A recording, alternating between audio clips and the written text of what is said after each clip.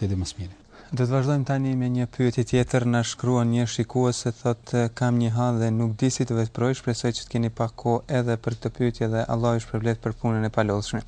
Unë thot kam një shoqe e cila ka shumë probleme në familje dhe gjëra të tilla dhe është shumë nervoze. Edhe pse fal kohët e namazit, ajo është shumë e lidhur pas meje dhe dëshiron të merr pjesë në çdo gjë time dhe sjelljet e saj me mua ndikojnë shumë keq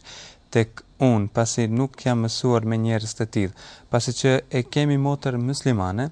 unë nuk di se a kam haram të largohem nga ajo, duke ditë se ajo do të ndihej shumë keq për një veprim të tillë. Mirë po edhe qëndrimi me të po më sjell mjaft probleme, sidomos emocionale, pasi që jam edhe adoleshente. Çfarë më këshilloni, ma bëni halal?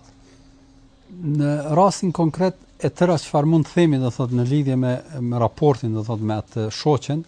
themi se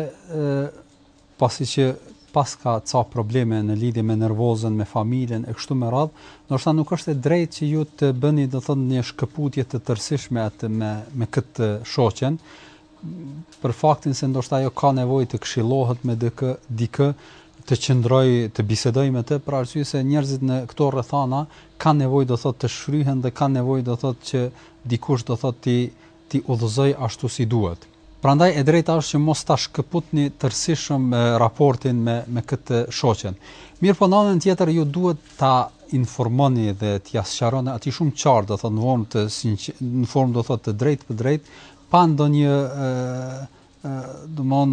kompleks që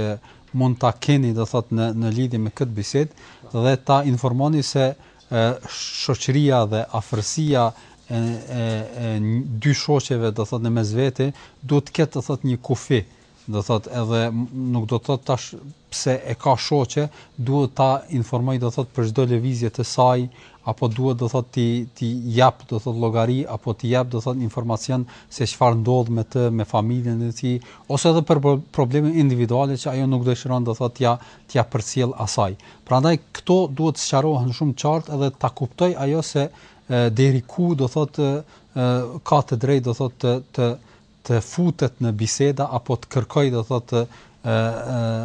informacione në lidhje me jetën private të saj. Pastaj në anën tjetër duhet të kuptohet se raporti duhet ta ketë atë kufirin, mos jetë, do thotë, diçka që duhet kuptoj se përderisa ka shoqja, atëherë duhet ta kuptoj, do thotë, çdo lëvizje të saj e kështu me radhë. Prandaj këto biseda mund të bëhet, do thotë, në një takim, ta informosh, do thotë, se kjo është kështu, unë jam interesuar të kem, do thotë, një raport me ty, po jo në atë formë si kërkon ajo. Do thotë, ti sqarohen, do thotë, ku i ka kufit dhe deri ku ka mundësi, do thotë, të kërkoj informacione për të, dhe çfarë i takon, do thotë, jashtë kësaj, do thotë, të mbetet në privatësinë tuaj. Zoti dhe më smiri.